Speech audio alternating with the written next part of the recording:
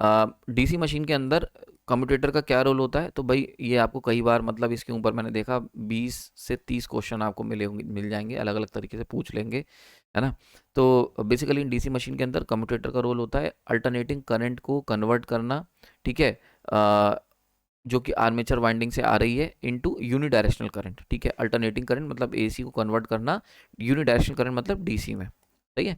तो कई जगह डीसी होगा, कई जगह यूनिडायरेक्शनैलिटी लिखी होगी। So that is the role of commutator in the DC machine. If it specially we talk about DC generator, ये मैं स्पेसिफाई कर देता हूँ, नीचे लिखा है डीसी जनरेटर के अंदर कम्यूटेटर एक रेक्टिफायर का काम करता है, मतलब अल्टरनेटिंग करंट को ये डीसी यूनिपोलर यूनिडायरेक्शनल करंट में कन्वर्ट करता है, या डायरेक्ट करंट कह सकता हूँ। डीसी मोटर में कम्यूटेटर का काम उल्टा होता है। डीसी मोटर के अंदर हम लोग डीसी देते हैं, और डीसी मोटर का जो कम्यूटेटर होता है it will act as an mechanical inverter.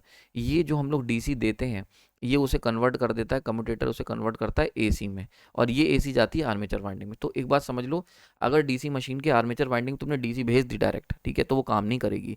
हमें बिल्कुल वैसा ही स्ट्रक्चर बनाना पड़ेगा, वैसे ही क्वांटिटीज़ बनानी पड़ेंगी, तब जाके हमारा मशीन रोटेट होगी। देखो बहुत ध्यान समझो, यहाँ पर एसी है और यहाँ डीसी है, यहाँ पर डीसी है, सही है। अगर मोटर होगी और यहाँ पर डीसी दी, तो यहाँ पर भी तुम्हें एसी देनी पड़ेगी, तभी ये रोटेट होगी। अगर तुमने यहाँ पर डीसी पहुँचा दी, मतलब तुमने सोचा यार हम डीसी पहुँचा देते हैं कम्यूटेटर हटा के, then it will not work, ठीक है। तो ये चीज़ ध्यान रखना। तो बिल्कुल वैसा ही बनाना पड़ेगा आपको, मोटर और जनरेटर स्ट्रक्चर हमेशा सेम होंगे, बस पावर का फ्लो अपोजिट होगा। अगर जनरेटर है तो आर्मेचर वाइंडिंग से लोड की तरफ फ्लो होगा, सप्लाई की तरफ, और अगर जन मोटर है तो सप्लाई से आर्मेचर वाइंडिंग की तरफ फ्लो होगा। So this is the only difference. Now commutator या फिर स्प्लिट रिंग की बात करते हैं। अब भैया एक रिंग है तो इसको हमने टूटा हुआ ले लिया, काम चल जाएगा। बट अगर आप टूटे हुए रिंग, एक कंप्लीट रिंग और एक स्प्लिट रिंग के अंदर मेजर डिफरेंस क्या है? मेजर डिफरेंस है इंसुलेटर का। बहुत बढ़िया, सिंपल सी बात है। अगर आप इस रिंग को तोड़ के भी ला रहे हो, तो तोड़ने का मतलब क्या हुआ? यहाँ पर आपने air, you are using air as an insulator, यहाँ पर एयर ही तो है, तो हम इसको कह सकते हैं कॉपर, एयर का gap, and then again copper, यही तो है। अब ये होता है हमारा स्प्लिट रिंग। कंप्लीट रिंग में क्या है? केवल कॉपर कॉपर कॉपर कॉपर, कोई एयर नहीं, सही। That is the only difference. अब एयर जो है it is not a good insulator. Air से अच्छे इंसुलेटर मौजूद हैं, तो इसीलिए हम लोग क्या करते हैं, यहाँ पर एयर की जगह क्या करते हैं, यहाँ पर भर देते हैं माइका। तो कॉपर माइका कॉपर, सही है। तो कम्यूटेटर के जो सेगमेंट्स होते हैं उनके अंदर बीच में जो इंसुलेटर भर देते हैं हम लोग, यहाँ पर आप देख सकते हो ये सब इंसुलेटर भरे हुए हैं, ये जो देख रहे हो। तो ये हो गई हमारी copper, and this dark colour is basically the mica और द इंसुलेटर, सही है। तो ये आपको ध्यान रखना है, ओके। माइका का इंसुलेशन हम यूज़ करते हैं। नेक्स्ट, यहाँ पर मैंने आपको पुराने लेक्चर्स में कहा था कि मैं आपको ब्रशेस के बारे में, ब्रश के मैटेरियल के बारे में बहुत डिटेल में बताऊंगा, तो आज मैं इस चीज़ को कवर कर देता हूँ।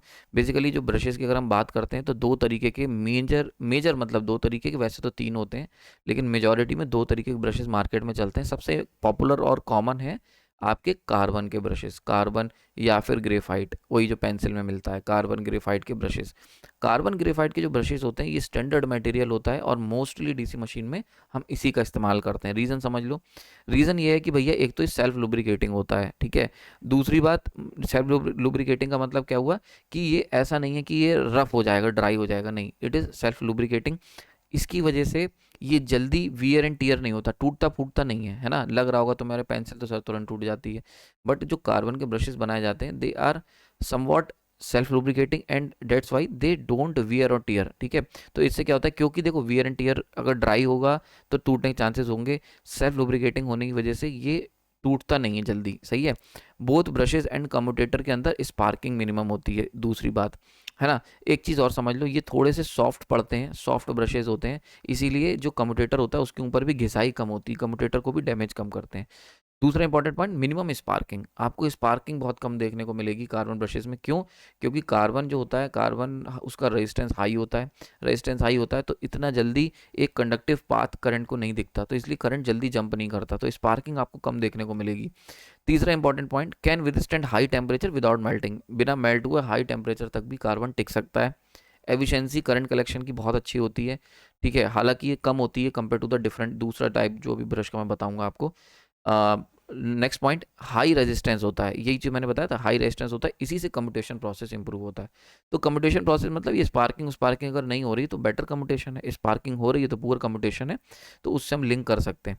तो यहाँ पर आप देख सकते हो डिसएडवांटेज क्या है, यही इसका डिसएडवांटेज है कि जो रेजिस्टेंस हाई है इसकी वजह से फ़ायदे तो हैं कि जो स्पार्किंग कम हो रही है, कम्यूटेशन अच्छा हो रहा है, बट नुकसान क्या है, वोल्टेज ड्रॉप होता है क्रॉस द ब्रशेस। तो अच्छा खासा वोल्टेज ड्रॉप देखने को मिलता है। अगर थ्योरेटिकली बात करूं तो 2 वोल्ट पर ब्रश आपको देखने को मिलता है अप्रॉक्सीमेट वोल्टेज ड्रॉप, है ना।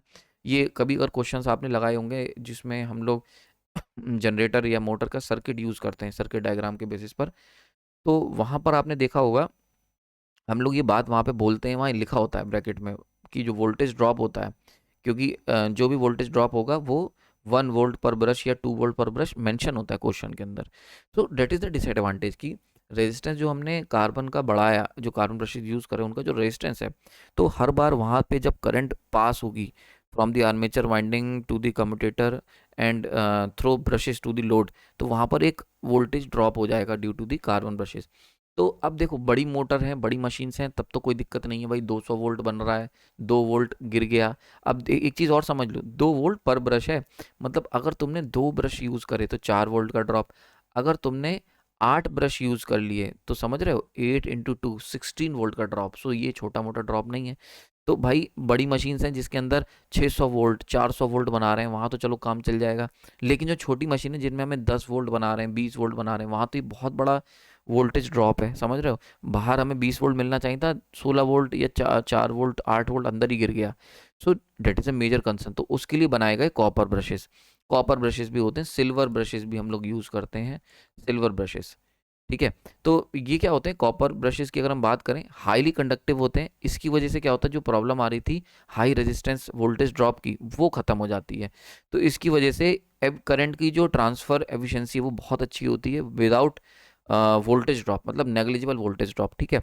तो ये हम कहाँ यूज़ करेंगे, हम छोटी मोटर में यूज़ करेंगे जहाँ पर हमें जो ब्रश का जो वोल्टेज ड्रॉप है, अगर आपकी डीसी मशीन के लिए जो वोल्टेज ड्रॉप है due to brushes, brush voltage drop, अगर ये एक बड़ी समस्या है, अगर ये आपके लिए एक समस्या है, तो आप कॉपर ब्रशेस की तरफ जा सकते हैं। डिसएडवांटेज क्या है, कॉपर क्योंकि बहुत अच्छा कंडक्टिव मटेरियल है, रेजिस्टेंस का बहुत कम है, तो स्पार्किंग बहुत तगड़ी होगी, हैवी स्पार्किंग देखने को मिलती है ड्यूरिंग द कम्यूटेशन। तो कम्यूटेशन इसका बहुत अच्छा नहीं होता, इसीलिए मैंने कहा ये हम कहाँ यूज़ करेंगे वो बता दे रहा हूँ। कार्बन ब्रशेस का आप इस्तेमाल करेंगे मोस्टली जो मॉडर्न एप्लीकेशन की मशीन्स हैं, जो लार्ज साइज़ की लार्ज कैपेसिटी की मशीन्स हैं, due to their superior performance, जहाँ पर मतलब हमें अच्छा खासा करंट और वोल्टेज के साथ डील करना पड़ता है और हमें कम्यूटेशन स्पार्कलेस चाहिए, वहाँ पर हम कार्बन की तरफ जाएंगे या लेस स्पार्किंग वाला। कॉपर कहाँ यूज़ करोगे, लो वोल्टेज की हाई करंट एप्लीकेशंस में। क्यों, क्योंकि वोल्टेज कम है तो स्पार्किंग थोड़ी सी कम होगी, तो इसीलिए मतलब सॉरी वोल्टेज कम होगा, तो जो कॉपर की वजह से पुअर कम्यूटेशन और पुअर और हाई स्पार्किंग देखने को मिली उसमें थोड़ा सा कमी आ जाएगी, सही है।